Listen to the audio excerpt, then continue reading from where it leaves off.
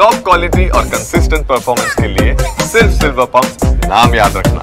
ಇನ್ನು ಸರ್ಕಾರದ ಜಾತಿ ಸಮೀಕ್ಷಾ ವರದಿಗೆ ಟಕ್ಕರ್, ಖಾಸಗಿಯಾಗಿ ಲಿಂಗಾಯತ ಸಮುದಾಯದ ಗಣತಿ, ವೀರಶೈವ ಲಿಂಗಾಯತ ಮಹಾಸಭಾದಿಂದ ಗಣತಿ. ಸರ್ಕಾರದ ಜಾತಿ ಸಮೀಕ್ಷಾ ವರದಿಗೆ ಟಕ್ಕರ್ ಕೊಡೋಕೆ ಈಗ ಮುಂದಾಗಿರೋದು. ಖಾಸಗಿಯಾಗಿ ಲಿಂಗಾಯತ ಸಮುದಾಯದ ಗಣತಿ, ವೀರಶೈವ ಲಿಂಗಾಯತ ಮಹಾಸಭಾದಿಂದ ಗಣತಿ. ಈ ಒಂದು ನಿರ್ಧಾರಕ್ಕೆ ಬರಲಾಗಿದೆ. ಮಹಾಸಭಾ, ವೀರಶೈವ ಮಹಾಸಭಾದಿಂದ ಪ್ರತ್ಯೇಕ ಜಾತಿ ಗಣತಿ ಮಾಡೋದಕ್ಕೆ ನಿರ್ಧಾರ ಮಾಡಲಾಗಿದೆ. ಯಾಕಂದ್ರೆ ಈಗ ಮಾಡಿರುವಂತಹ ಜಾತಿ ಗಣತಿ ವರದಿ ಏನಿದೆ ಅದು ಅವೈಜ್ಞಾನಿಕ ಅನ್ನೋ ವಾದ ಇದೆ. ಹಾಗಾಗಿ ರಾಜ್ಯದ ಪ್ರತಿ ಗ್ರಾಮದಲ್ಲೂ ಕೂಡ ಪ್ರೈವೇಟ್ ಆಗಿ ಒಂದು ಸೆನ್ಸಸ್ ಅನ್ನ ಮಾಡೋದಕ್ಕೆ, ಜಾತಿ ಗಣತಿಯನ್ನು ಮಾಡೋದಕ್ಕೆ ಮುಂದಾಗಿರೋದು. ರಾಜ್ಯದ ಪ್ರತಿ ಗ್ರಾಮಗಳಲ್ಲೂ ಕೂಡ ಗಣತಿ ನಡೆಸೋದಕ್ಕೆ ಸಿದ್ಧತೆ ಆಗ್ತಿದೆ. ಮಹಾಸಭಾದ ಘಟಕಗಳನ್ನು ಬಳಸ್ಕೊಳ್ಳೋದಕ್ಕೆ ಚಿಂತನೆ ಮಾಡಲಾಗ್ತಿದೆ. ಆ ಮೂಲಕ ಏನು ಸರ್ಕಾರದ ಈ ವರದಿ ಇದೆ ಅದಕ್ಕೂ ಇವರು ಖಾಸಗಿಯಾಗಿ ಮಾಡುವಂಥ ವರದಿಗೂ ಎಷ್ಟು ಡಿಫ್ರೆನ್ಸ್ ಬರುತ್ತೆ, ಯಾವುದು ಸರಿ, ಇದೆಲ್ಲದರ ಬಗ್ಗೆ ಕೂಡ ಒಂದು ಕ್ಲಾರಿಟಿಯನ್ನು ಪಡೆಯೋದಕ್ಕೆ ಲಿಂಗಾಯತ ವೀರಶೈವ ಉಪಜಾತಿಗಳನ್ನು ನಮೂದಿಸಲು ಚಿಂತನೆ ನಡೆದಿದೆ. ಇವರು ಕೊಟ್ಟಿರುವಂಥ ಸಂಖ್ಯೆಗಳೇನಿದೆ ಅದರಲ್ಲಿ ವ್ಯತ್ಯಾಸಗಳಿದೆ ಅನ್ನೋದು ಗಣತಿ ವೇಳೆ ಉಪಜಾತಿಗಳನ್ನು ನಮೂದಿಸುವಂಥ ವಿಚಾರ. ಶೈಕ್ಷಣಿಕ ಆರ್ಥಿಕ ವಿವರಗಳನ್ನು ದಾಖಲಿಸಲು ನಿರ್ಧಾರ ಮಾಡಲಾಗಿದೆ. ಆಧಾರ್ ಕಾರ್ಡ್, ವೋಟರ್ ಐಡಿ ಸೇರಿ ಪೂರ್ಣ ವಿವರ ಲಿಂಗಾಯತ ವೀರಶೈವ ಉಪಜಾತಿಗಳನ್ನು ನಮೂದಿಸಲು ಉಪಜಾತಿಗಳನ್ನು ನಮೂದಿಸುವಂತೆ ಮಹಾಸಭಾ ಸೂಚನೆ.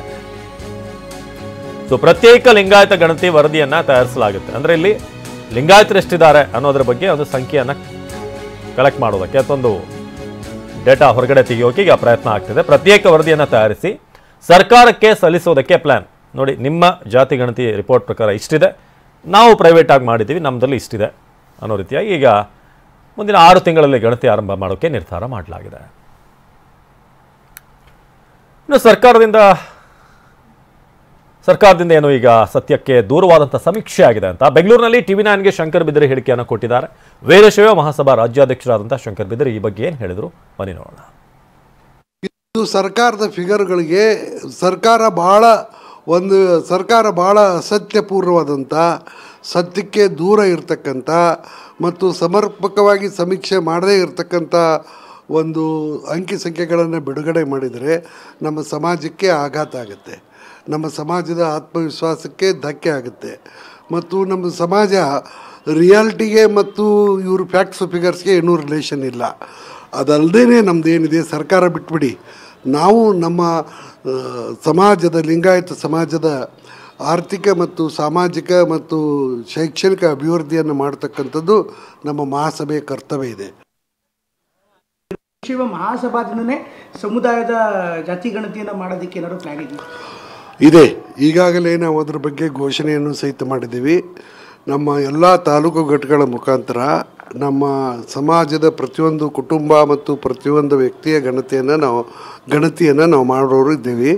ಬರೀ ಗಣತಿ ಅಷ್ಟೇ ಅಲ್ಲ, ಸಾಮಾಜಿಕ ಮತ್ತು ಆರ್ಥಿಕ ಸಮೀಕ್ಷೆ ಅಂದರೆ ಯಾವುದೇ ಒಬ್ಬ ನಮ್ಮ ಸಮಾಜದ ವ್ಯಕ್ತಿ, ಅವ್ರ ತಂದೆ ಹೆಸರು, ಅವ್ರ ಅಡ್ಡ ಹೆಸರು, ಅವ್ರಿಗೆ ಸ್ವಂತ ಮನೆ ಇದೆ ಇಲ್ವೋ, ಮತ್ತು ಅವ್ರಿಗೆ ಎಷ್ಟು ಜಮೀನಿದೆ, ಅವ್ರ ವಾರ್ಷಿಕ ಉತ್ಪನ್ನ ಎಷ್ಟು, ಅವ್ರಿಗೆ ಎಷ್ಟು ಜನ ಮಕ್ಕಳಿದ್ದಾರೆ, ಅವರೆಲ್ಲರದು ಎಜುಕೇಷನ್ ಯಾವ್ಯಾವವರೆಗೆ ಆಗಿದೆ, ಮತ್ತು ಅವರ ಆಧಾರ್ ಕಾರ್ಡ್ ಏನು, ಅವ್ರ ವೋಟರ್ ID ಕಾರ್ಡ್ ಏನು, ಅವೆಲ್ಲ ವಿವರಗಳನ್ನು ಒಳಗೊಂಡಂಥ ಒಂದು ಗಣತಿ ಸಮೀಕ್ಷಾ ಕಾರ್ಯವನ್ನು ನಾವು ಮಹಾಸಭೆಯಿಂದ ಮಾಡುವ ಉದ್ದೇಶ ಇದೆ. ಮಾಡ್ತೀವಿ.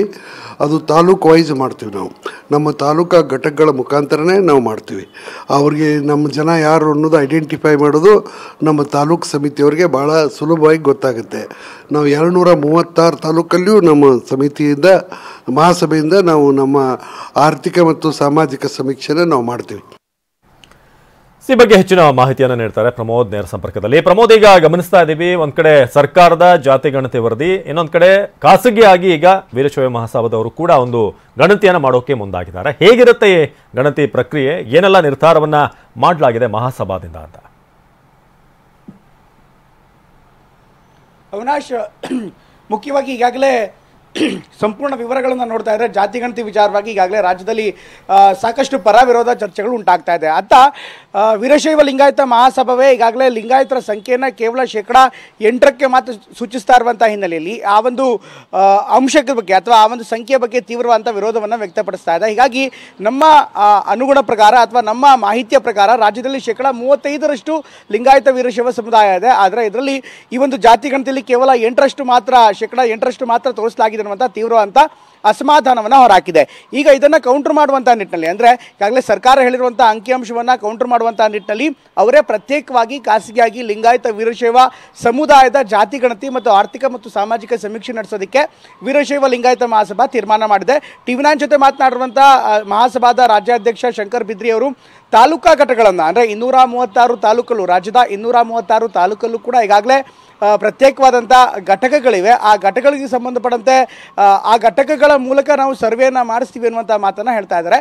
ಇದರ ಜೊತೆಗೆ ಮುಂದಿನ ದಿನಗಳಲ್ಲಿ ಆಗುವಂಥ ಎಲ್ಲ ವಿವರಗಳನ್ನು ನೋಡ್ತಾ ಇದ್ದಾರೆ. ಈ ಒಂದು ಪ್ರತ್ಯೇಕ ಸರ್ವೆ ಏನು ಮಾಡ್ತೀವಿ, ಈ ಸರ್ವೆ ಆದ ಬಳಿಕ ಮುಂದೆ ಅದನ್ನು ರಾಜ್ಯ ಸರ್ಕಾರಕ್ಕೆ ಸಲ್ಲಿಸ್ತೀವಿ. ಯಾಕೆಂದರೆ ನಮ್ಮ ಬಳಿ ಸೂಕ್ತವಾದಂಥ ಮಾಹಿತಿ ಇದೆ. ನಮ್ಮ ಅಂಕಿಅಂಶದ ಪ್ರಕಾರ ಸುಮಾರು 3 ಕೋಟಿ ಲಿಂಗಾಯತ ಜನಸಂಖ್ಯೆ ಇದೆ ಅನ್ನುವಂಥದ್ದು ಶಂಕರ್ ಬಿದ್ರಿ ಹೇಳ್ತಾ ಇರುವಂಥ ಮಾತು. ಈ ಎಲ್ಲ ಕಾರಣಗಳಿಗೋಸ್ಕರ ಸರ್ಕಾರದ ಸರ್ವೆಯಲ್ಲಿ ಮಾಹಿತಿ ಸರಿ ಇಲ್ಲ, ಅದನ್ನು ಒಪ್ಕೊಳ್ಳೋದಕ್ಕೆ ಸಾಧ್ಯ ಇಲ್ಲ ಅನ್ನುವಂಥ ಒಂದು ವಾದ. ಆದರೆ ಯಾಕೆ ಒಪ್ಕೊಳ್ಳೋದಕ್ಕೆ ಸಾಧ್ಯ ಇಲ್ಲ ಅನ್ನೋದಕ್ಕೆ ಒಂದು ಪ್ರತ್ಯೇಕವಾದಂಥ ಜಾತಿ ಗಣತಿಯನ್ನು ಅಥವಾ ಸಮುದಾಯದ ಗಣತಿಯನ್ನು ಮಾಡೋ ಮೂಲಕ ಅದನ್ನು ಸರ್ಕಾರಕ್ಕೆ ಸಲ್ಲಿಸೋ ಕೆಲಸವನ್ನು ಮಾಡ್ತೀವಿ ಅನ್ನುವಂಥ ಮಾತನ್ನು ಈಗ ವೀರಶೈವ ಮಹಾಸಭಾ ಹೇಳ್ತಾ ಇದೆ. ಅವಿನಾಶ್, ಧನ್ಯವಾದ ಮಾಹಿತಿಗಾಗಿ ಪ್ರಮೋದ್.